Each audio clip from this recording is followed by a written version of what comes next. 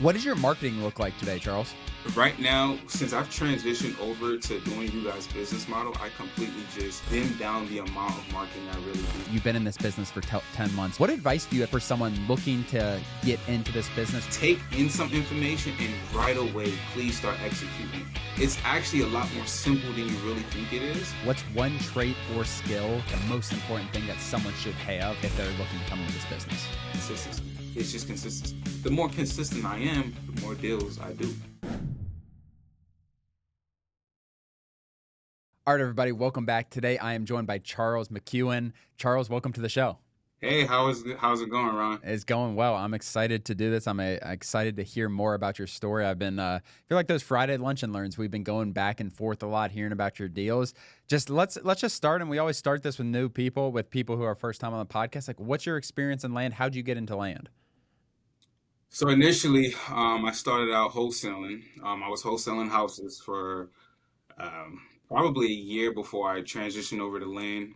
Had a lot of struggles with it. I actually wind up closing my first deal with a house. Actually, my first two deals I did close with a house, and then somehow I came across a interview. I forgot who exactly it was at the time, where they were talking about land, and then I transitioned over to land. So I wind up closing my first two deals with houses, made like 13 grand. And then, and it took me a year to do that. Mm, And then shortly after, I heard about land and got into it within my first month of getting into land, wholesaling land specifically. I closed three deals. wow. And ever since then, I have not even looked back. So what's the timeline we're looking at? How far along? When did you start houses? When did you transition? When was this? So this was this is 2025. It's been 5 years. So in 2020 is when I started wholesaling houses because my uncles and them, they were doing it. They told me about the business model prior to doing it. I think your brother or you mentioned doing e-commerce. Mm-hmm. I was doing that and Wow. I was in debt around $15,000. Wow. And then I finally clicked in my head, I need to stop doing this. It's hurting me because I just believed in myself that I could do it. Mm-hmm. Long story short, from 2020, I believe in June, because I started documenting myself. And then the following year in July, August is when I transitioned into land. And then I remember in September, August. Yep, I remember in September, I got my first few deals. So technically, they didn't close until October. Mm-hmm. So I started land in September, but they didn't all close until October So when you of first 20. got into like wholesaling land, were you doing more info lot stuff? What did that look like? Only infill lots we were doing. That's mainly what our target was. We primarily did cold calling, and it was just a simple transition from houses to land because I took the funds that I had from closing those deals and just poured it into land. Got me a VA, had her cold calling, and for me, it was extremely lucrative. And in fact, honestly, I left so much money on the table because I tell people this all the time, the mistake I've made, which was a crazy, boo boo, whatever you want to call it. My first 15 to 20 deals I've done, instead of selling it to a builder, I sold it to a land flipper. So just Mm, imagine the money I left on the table. wow. And when I go back and look at it, I have the number for you with that. When I go back and look, it was well over $200,000 I left on the table. Wow. So how long did you transition to bigger lots, or are you still doing like info lots today? What does your business look like today? Well, obviously we're pretty far removed. This is 5 years down the line, but what is your business? How's your business changed? So it's changed drastically. I wound up coming across you guys' podcast early last year. Mm-hmm. It took a while for me to transition because I was just like so focused in and honing on what I was trying to do. I didn't want to really change things up because I knew the process can take some time. So eventually, towards the end of the year last year, I said, you know what, I'm gonna hone in on what you guys do because what I'm doing is just not working as profitable as I would like it to. And long story short, I wind up changing over to doing, uh, bigger acreage just at the end of last year, and I've been working on it ever since. And so far, we've completed two deals, but we have a total of, so from start to finish, we completed two deals, purchase a property and then sell it, two. And then so far, um, let me think. We have one, two, actually. Why am I doing that? And I have it right here. I'm sorry. You're good. I have, I'm sitting here trying to think of it and I have it right here. One, two, three, four, five, six. I have about six deals right now that's in the pipeline, and we just closed one yesterday. Nice. So how Yeah. much profits built into there? Like, what's your top of the line estimate? What's your like, okay, worst case scenario as well? For the six deals that I just mentioned. Yeah, yeah, yeah. So for those, let me try pulling it up. It's estimated to be about 110,000. Nice. That's awesome. So let's backtrack a little bit because I think there's a lot of people listening to this who are probably wholesaling houses and they think land's stupid or they think land is this or that or like there's no money in land and like you weren't like you made it $13,000 in a full calendar year doing houses and you've obviously just crazy in terms of the growth that you've had just transition to land. Talk to someone who is doing houses right now. Like, what convinced you to flip over land? Like, what if you're telling someone right now, like, what's the issue with houses? What's the barrier to doing house deals? Well, there's a lot of things that come with houses. I always tell people do what you actually prefer and what works for you and your business model. But if you want something that's a lot more simple and an easy transition, I would consider you to look into land, right? So what I would tell you to do is to add land into your business model. Like Mm. stop throwing away leads. Add land and then kind of just fill it out and see how it is. And then give it about 3 to 6 months, see how those deals look compared to the ones that you did with houses between making appointments, having to deal with buyers going back and forth. Like, just look at all these things, time, how long it took you to do certain things, and then come to a decision. And even the amount of money that you make with each deal between houses and land. And then you have a really good understanding of what makes sense for you and your business model if you would like to transition over. That makes a ton of sense. And I hear so many people who come to land because they were wholesaling houses and they ran into a land deal. You know what I mean? And you said stop throwing away land leads because these people are getting land leads who are wholesaling houses. They say, yeah, I'm not going to do this in my house, but you can have this piece of land or whatever. But the amount of amazing deals that I've heard from house flippers, house wholesalers who have gotten into land from just running into a land deal is incredible. I'm sure you've heard stories like that too, right? Yeah, a lot of it. Actually, I have a buddy who is in a coaching program that I'm in. Well, I wasn't at the time, but we still exchange numbers and what have you. And long story short, he actually just reached out to me last week and was like, "Hey, are you still doing land?" And I said, "Yeah." He was like, "I have all these land leads that I just keep throwing away. I don't know what to do with them."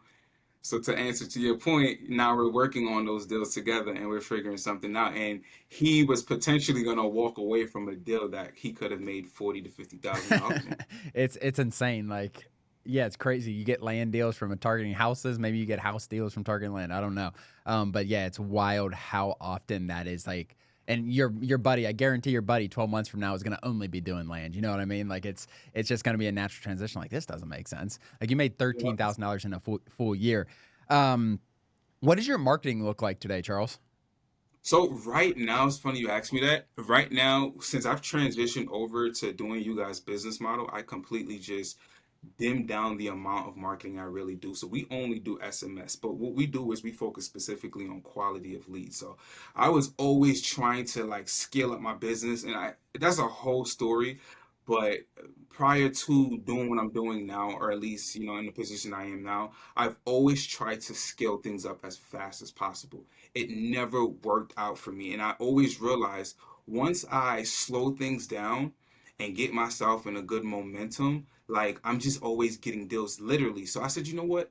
Let me just do my business model like that. Rather than trying to scale things up, let time kind of work in my favor. So we're only sending out 2 to 300 messages a day. Wow. And we're just focusing on quality over quantity. And with that, like I said, I have six deals from that. So can you define what quality is? Is it the type of land? Is it the some kind of characteristics of the seller? What defines quality to you and your business? So for me, my business is more so of building rapport, Okay. right? Having them understand who I am, my business model, and what I'm trying to achieve here. That is my biggest thing, because I've noticed when I've reached out to a lot of people, and before, as wholesalers, we're kind of, you're kind of deceiving if you're not being completely transparent. I try to be as transparent when I was doing wholesaling, but I wouldn't let them know too much because you've heard the old statement: a confused mind is a scared mind. They don't want to do anything with Mm. you because they don't understand it, and rightfully so.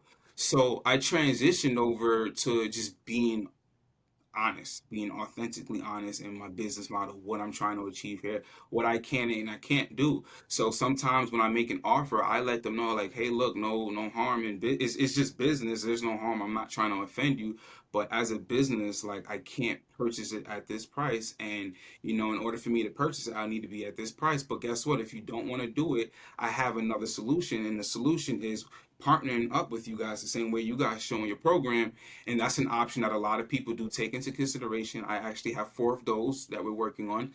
And then the other thing is I'll give them options as well. But you'll notice that a lot of people, when you give them options to say, hey, you could go ahead and reach out to a realtor, and I'll tell them, hey, oftentimes when you're reaching to a realtor, most realtors just aren't educated as much as they should be on land. So they usually just take the land deal, throw it on the market, and those who are actually educated in the field, oftentimes I've noticed that they charge a little bit more. Mm. So you just have to make some calls and just kind of figure that stuff out yourself. When I explain that to them, I realize that a lot of people just, they don't even want to deal with it, and they just want to deal with me. Yeah. So it's just having that honest kind of conversation with them, and then honing in on a specific type of type of lead, as and what have you. I love that rapport part, and I also what you said about options. Like if you word the options correctly, like you can make what they're gonna choose. You know what I mean?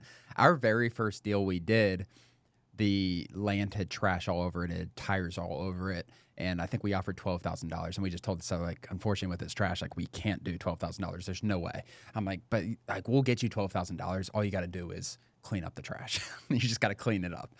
If you just want us to close this fast, we'll offer you $5,000. She's like, I can't do 5,000. I'll clean it up.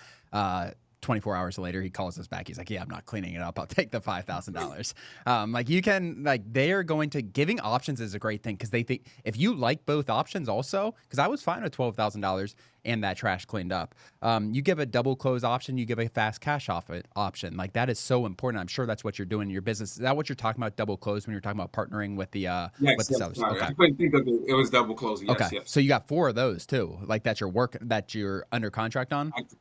Yep. Nice. What kind of margin are you looking like on those? Like let's say a property is, because the example we always talk about, like, okay, it's $100,000 value. We offer 50, 45, 50, something like that. In that situation, like if they say no to that, what's your double close offer price, or how high would you go percentage wise? Okay, so when I initially started doing it, I was kind of stuck because I was trying to follow exactly what you guys have in the program.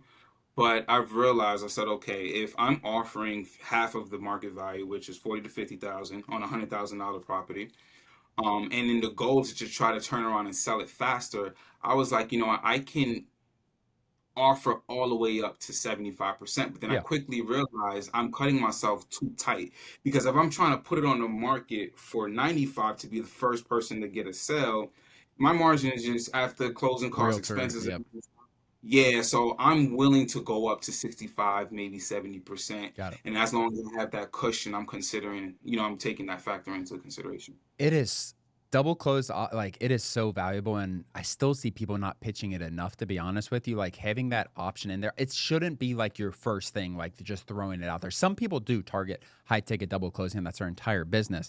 But just having that as an option, sellers appreciate it when they come, and like you have 4 deals you're working. I don't know how much money you have in those deals, but if you're offering 70%, like you're gonna be making good money on those. So that's really good. So I really like this targeted texting you do. Let's just like, okay, someone's responding. Obviously, you value transparency. That's part of your business model. Like that's part of your values. Like I'm going to be transparent with the seller. Are you trying to get on the phone with them as fast as possible? Like when do you go from texting to getting on the phone with them? So I love meeting people where they're at. That's one thing I always do with the transparency. I'm like, hey, would you prefer texting or calling? Mm. Which one of the two do you prefer? Based upon what they tell me, we'll continue the conversation from there. But if they tell me we need to get on the phone, we'll schedule a call. Once we schedule a call, I introduce myself, let them know who I am, what I do, why I'm doing what I'm doing. and then we kind of go from there. And then I'll fill them out and ask them, like, I love anchoring people. Okay, hey Ron, I'm just kind of curious. Not to say I'll offer you anything. I mean, offer you this price, but I'm kind of looking at the market, not the market value. I'm sorry, the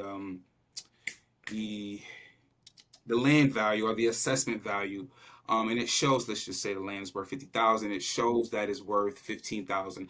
Hey, Ron, I'm not going to say I'm going to offer you that, but I'm curious, the county has it valued at 15. How would you feel about something like that?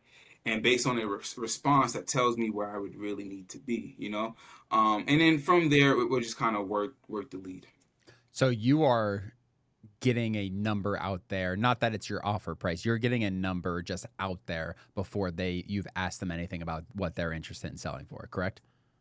Well, I mean, yes and no, but what I've realized through wholesaling is that a lot of people really just care more so about the price, Mm. right? So while I'm introducing myself, I'm asking a little bit of question about the land, yeah, building some rapport, but right away on that first phone call, I'm trying to figure out a price because I want to know whether or not I'm wasting my time with you or I need to put you in an automation follow-up. Mm. So that's what I'm trying to figure out off the rip, once I've asked a little bit of questions about the land. Yeah. Yeah, if you're wholesaling houses and getting deals, like you bring that over to land, it's powerful. Like you're going to get a lot more deals because the strategy, I learned so much from people who have different strategies coming from wholesaling houses, flipping houses, whatever the other stuff is, because it's a battle to get deals, as you know. And when you're wholesaling house, just a lot more competition. These sellers are talking to a lot more people. It's more relationship building too, because a lot of times you got to get them to move out of the house, right? Or you got to there's more that goes on in the deal because it's not just vacant land that's sitting there. Mhm. So have you done any direct mail or any other marketing, or are you just like, this is what's working for me, I'm going to double down on this? So right now, this is what's working. I'm gonna double down on it. I want to get into direct mail. That is an option and a goal for me. So I'm slowly gonna be leaning into that. But the way I'm gonna be doing that is more so of a sniper approach. Mm. Now there is one deal that I've been working on in particular that I'm really gonna be honing in on, but I just have not really figured out a tight process for it. And essentially, it's just called unknown heirs. It's something that I've seen, and I'm like, I'm gonna just call this unknown heirs. That's gonna be my target. And essentially, what that is for me is people who don't even realize that they own a particular property, Wow. right? So I actually have a deal right now where I've reached out to these individuals and they didn't know that they own this property. And I was able to get in contact with them and figure it out now that we have literally 11 heirs on this one particular deal. Okay, it's insane the amount of heirs that we have, but some of them is going to be a little bit sticky like this. Mm-hmm. And I have it contracted for 75,000, and I was looking to turn around and sell it for 120, 125. But again, just a little bit more transparency. It's in Florida, not an area that I personally do a lot of my acreage deals. This is more of an infill lot, but I did this is because the market that it is in is actually the market that I started in. And because of that, I'm very familiar with it. The only problem that I'm having right now is that the market itself is starting to take a downturn, Mm. which is okay because I already told the sellers and everyone, I'm like, hey, look, because of what's going on, and I showed them, what was it? It was a news article, and I showed them a few things and kind of like the market shifting. I'm going to need a price reduction, so it's going to work out. But it just made me realize, okay, this is something that I could really look into to hone in on to really start getting a lot of good leads. And the great thing about it is, I tell you this, Ron, when I offered them when I first gave an offer to them, it drove me crazy. They said yes right away. I should have said it drove me, but I said, you know what? This is something I'm on to something I'm gonna really be focusing on because they're not getting hit often. Yeah, 100%. And even if they do get hit, no one's going to know how to do the deal with 11 heirs. Like it is not that is not a simple deal. That is far from a simple deal. That's a highly complicated deal. You have to line up 11 people to sign to sign something. The most I've ever done is 7, and it was 7 heirs though the mom died or whatever it was. I don't remember exactly, but yeah, it is a You need like a point of contact, the main person, like who's in charge of this You do. big group. You know what I mean? Like You're I'm not talking absolutely all right. 11 of you. That's not going to happen. My offer price is going to be cut in half by 90% or something like that. But that's a really cool niche. Any project based stuff that you're looking into that interests you, anything like that? It seems like you're building a really strong business. You have a really good pipeline right now. Anything else, a big picture that you're kind of looking into, project based stuff or anything like that? No, not at the moment. Honestly, I just want to hone in on what I'm doing because it's working I and love just it. build it out. And then once the fruit of those labors start working by itself, then I'll start looking into other things. What about team, staff, anything like that? So I have two. I have two. One who does admin, but she doesn't work. She probably works 4 hours a week for me, Mm-hmm. but she's still part of the team. And then I have another guy who runs my SMS, and he pretty much is handling all the inbounds that I'm working through, and he pretty much go through each of the leads and just filter them out to give me the best quality leads as possible. So that's pretty much it, and just me. See full time? Part time. Okay.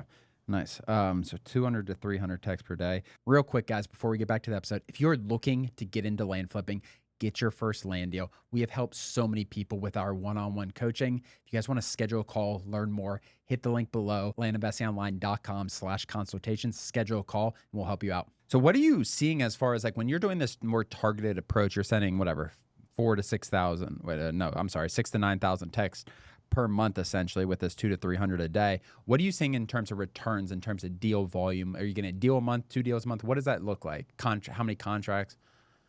So averaging right now, about 2 deals. I'm sorry, about 1 deal a month, Mm-hmm. and that is roughly around $20,000 to $30,000 in spread if you just kind of look at an average on it.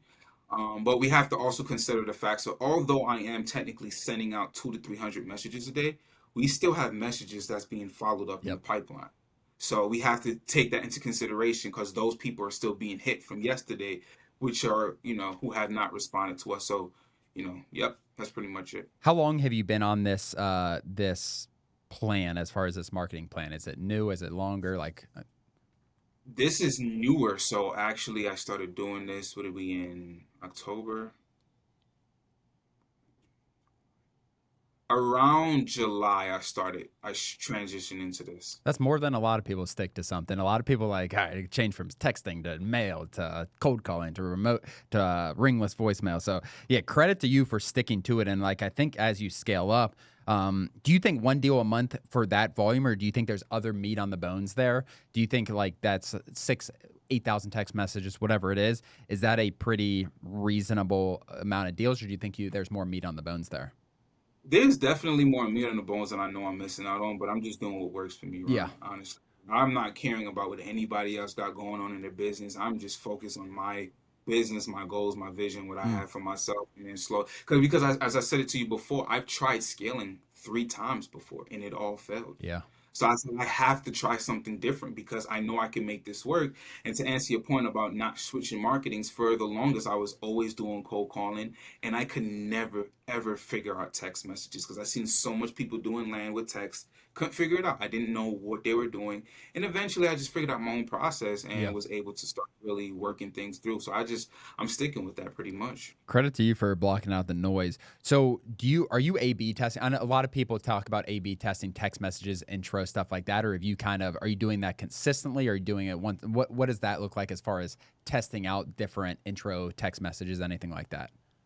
So we have different intros, but the different intros is segmented through depending on the time of the day, like the Mm, window. So like every 3 to 4 hours, that intro changes.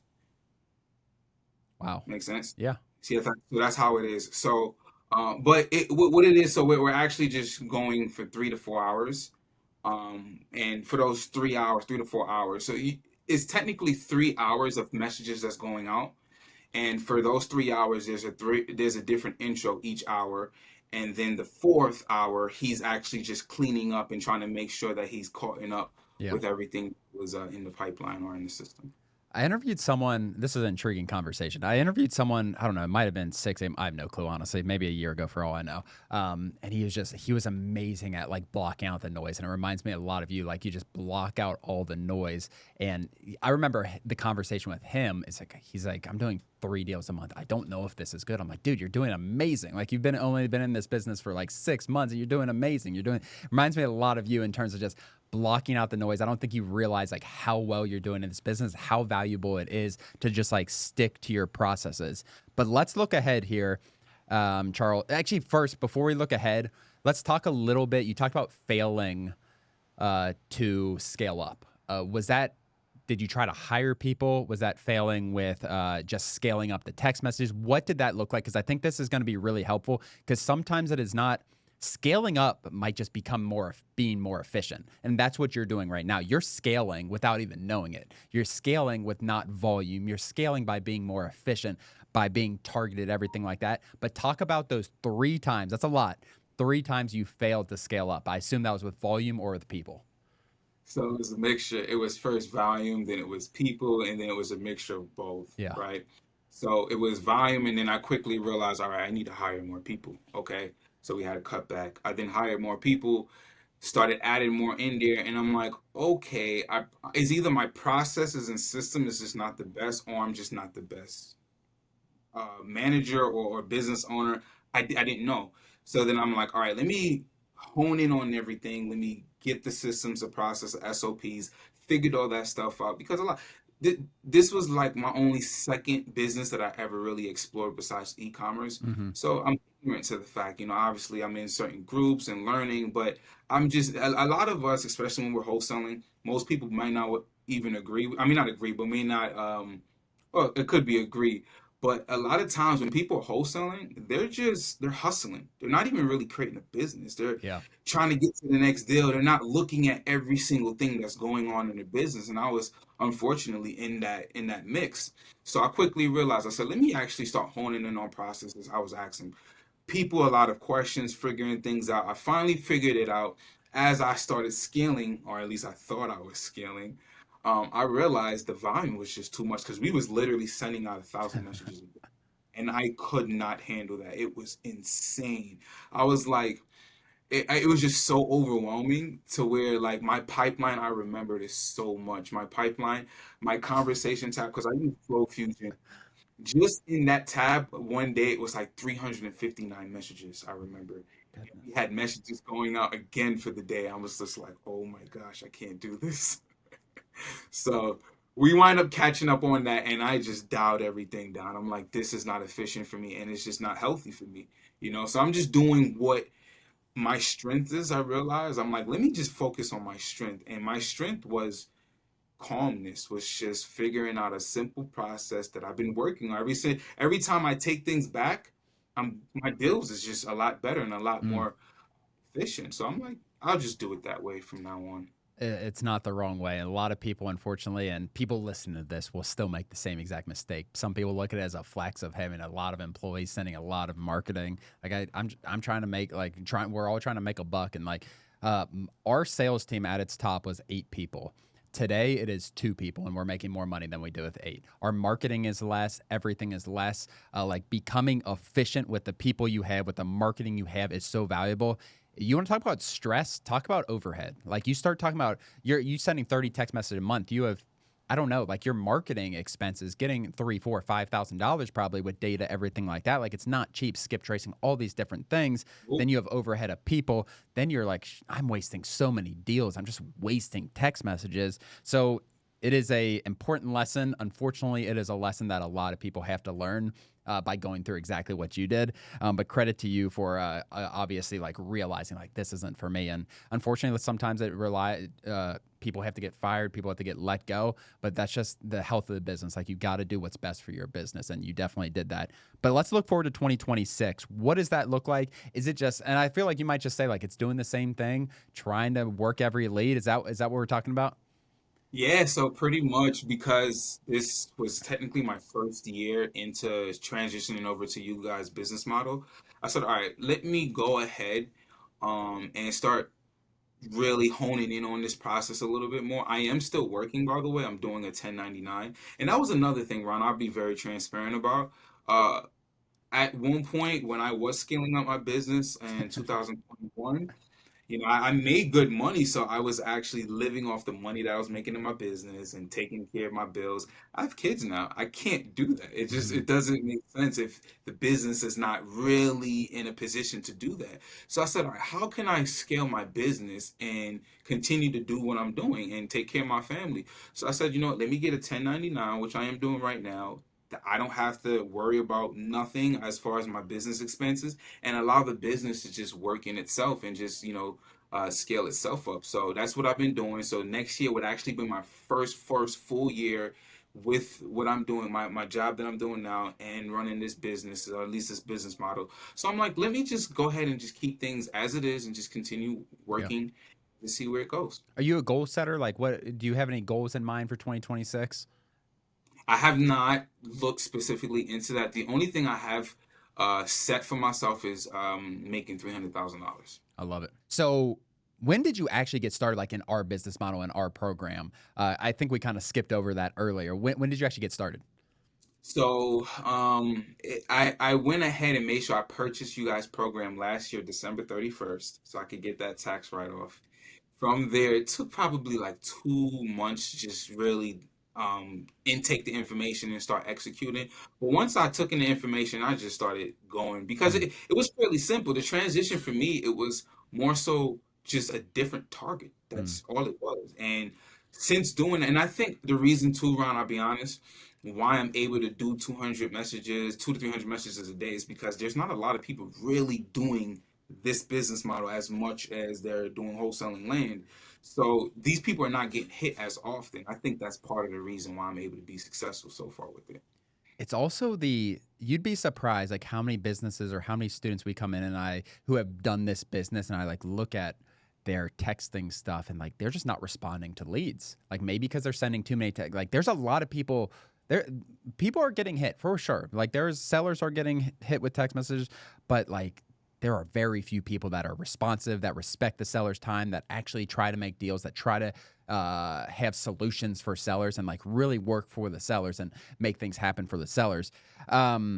I mean, that's crazy. You've been in this business for 10 months. You have so much experience. Obviously, you had a lot of experience coming into here. What advice do you have for someone looking to get into this business, whether it's from a 9 to 5? I think it's huge what you're doing, Charles, especially with a family, like keeping a 1099. Like you have some money coming in, consistent money. But what would your advice be for someone? Let's just say someone with a 9 to 5, something like that, looking to get into this business. Um, if you're considering getting into this business, do not allow yourself to, what is the word that I'm looking for? When people overly indulge into information Yeah. instead of executing. I can't think of the word, but just the minute you start getting in, you're considering getting into this business, take in some information and right away, please start executing because it's actually a lot more simple than you really think it is. People just tend to overcomplicate it. So I would just tell people, to just really find someone that you can trust to show you the business model. Get their course, get their program. If you can't afford to do that, go on YouTube. You guys actually provide a ton of value on YouTube alone. So just look at Ron, um, look at these guys' stuff, and honestly, just start executing slowly and surely. You will start seeing progress for sure. I've never asked this question. What's one trait or skill? Don't say two. Don't say this or that. What's one trait or skill that someone like the most important thing that someone should have if they're looking to come into this business? Consistency. Consistency. I love that. That's it. It's just consistency. Because I've realized that the people who are actually successful in this business is just constantly marketing. Because there's individuals who are just not the best people when it comes to speaking to people on the phone. They're not the best marketers. The only difference is that they're continuously sending out messages and just responding to people. It's like they're not the best salespeople, and I know these people personally, and they're just doing a lot of business, and all it is just consistency. Mm. That's literally what it is, and I found it in my own business. The more consistent I am, the more deals I do. It's like it can. help you overcome so much just being consistent. Like you look at someone who's making 100 cold calls a day for any business. It doesn't matter if it's land or any business. 100 cold calls a day versus someone who does it every 3 days or every 3 days, then 4 days, and like they just the volume of being consistent adds up. Like if you're sending text messages 200 to 300 every single day, and then the person down the street is sending 200 to 300 just whenever they feel like it, and it ends up being 7 times a month, the volume there, the what you can overcome with consistency is really, really incredible. I love that. And obviously we've talked a lot about consistency. Is there anything else, like has the community been a big helper for you? Is there anything else you've leaned on to kind of have such quick success? Oh yes, early on. That's why you guys always see me in the Friday calls. Yep. When I have questions, I make sure I'm intentional about asking questions, and these guys respond to it very fast. You know, they have a community. They get on the phone. I think it's 3 days a week, and they're able to answer any questions or concerns. And if they're not able to, someone in the group will absolutely answer it for you. So yeah, I mean, honestly, it's just really finding, you know, that mentor that help to just kind of propel you a lot faster. You'll be surprised if you just take time and invest into someone who can pour into you. You'll be surprised what you can get out of it. It can And happen that's something. fast. Yeah, and fast. I had to learn that the hard way, but you know, it is what it is. And I've realized that's to your, I mean, to me saying this, when I joined you guys, I intentionally said, I'm not going to hold myself back. Let me get into someone's program that I know who's doing this at a high level. And that's why I'm at where I'm at today, on top of the information I know. How do you balance your, like you have kids, you have a 1099. I don't know how much time you're putting into this business, and like how is it balancing all that? A great partner. That's important. For me, I don't have a better response because she handles a lot of load with the kids and allow me to do everything that I need to do for my family. So it's mainly just that, and I'm very intentional. So Monday through Friday, it's work. Saturdays and Sundays, I could care less about work, and Mm. it took a long time for me to get there. But I realized is what's really important to me. At the end of the day, I can't miss out on these guys, and I'm gone so much during the day, and operating and running my business. I said I have to shave out some time for Mm. them and focus specifically on them. So she knows Monday through Friday. Before I go to work, I make sure I'm intentional about doing my part and my share. And then after that, once it's time for me to get going and doing everything else that I need to do, I'm pretty much gone, and she take care of it. And then Saturdays and Sundays, I'm very intentional about, being present. That's awesome. Well, it's you've had a really cool journey. I'm excited to see where you go in 2026. We'll definitely have a follow-up interview in 2026. Is there anywhere someone who's watching this can reach out to you, can just find out more information about Charles? You're in our Discord, right? But yeah, I'm in your Discord. I'm actually in the process of restarting out my social media, so technically no, and not Yeah. at the moment. The follow-up call I Yeah. definitely will, unfortunately. But I did wanted to share this if you don't mind. Go for it. I did close on a deal yesterday that I was working on for since April. We Mm. started this deal in April. And I told you guys, Ron, about this deal. And I just found out something interesting too about this deal I wanted to share with Let's you. go for it. So we got a hold of these sellers. We agreed to a price. It was a pretty simple transition between us two, me and the seller. We finally got them on the contract. Quickly realized that the property possibly does not have um, legal access because the title our attorney's office let me know like there's no legal access. You need to do a survey. I've never done a survey before. Hmm. Never done a survey. Never even considered doing it. I'm so glad I did the survey. Not only did I do the survey, I asked Ron and his brother. I said, "Hey, would it makes more sense for me to do a perk test before doing the survey? Because if it can't perk, it's kind of pointless doing the survey." So I wind up doing the perk test. Perk test passed with flying colors. We did the survey, passed with flying colors. But what actually helped me to do the survey before I actually did the survey was you guys' platform, Land Portal. There is a function in it that allows me because when I called the county, not only did I call the county, I forgot who it was, but a it was a group or individual. I mean, I'm sorry, a department that handles the road from the main road all the way up into where the property resides. to let you know whether or not it's public or it's private. Mm. I've reached out to them. They told me the distance. They said it's about 0.74 miles that I would need in order for it to be legal access. So what I wound up doing was going inside of you guys' platform, and there's like a certain button. Measurement tool, yeah. Yeah, the measurement tool, and I measured from the main road up into the property, and I realized I'm like, okay, I'm very comfortable with doing this because I was just scared to blow $3,000. Guys, this is my first time doing it. I spoke to a lot of people about doing it, and I was able to confirm that all right, there's a good chance that I'm gonna have legal access. Had a survey guy go out there, got legal access. There's a few things that I had to learn the hard way about doing surveys. There's a lot of things you just have to pay for that sometimes they don't tell you or they don't offer. Like for example, the legal description, it wasn't included, so I Mm. had to pay separately a $200, $300 just for that. They also don't include recording it with the county, which I kind of feel is redundant, but so I didn't pay for that. They told me that I was able to do it on my own, and I was able to do it on my own and get that taken care of. But I actually found out that, and I don't know why I realized this until after closing. I initially thought the property was 1.6 acres, right? And I was projected to, because we bought it at $10,000, all in at $12,000. It's a conversation for another story. But we bought it at $10,000, and I was looking to sell it at 30 to 35. I found out it's 3 acres. Wow. What are you So gonna I sell don't for? know if I'm gonna be able to double my money, or if I know I'll be able to get a little bit more. But Yeah. the fact that it's 3 acres, I was like, wow, I'm so glad I did the survey because that's amazing. Hmm. So I don't know what I'm gonna be. I just found that out today, so after we get off the call, I'm gonna look into that a little bit more, see what I can sell it. But I feel comfortable. I think I could sell it at 45, 50 rather than 30, 35. That's a heck of a success story. You did huge value to the seller too. Did they think their land was landlocked, or did they think they have road access, or no?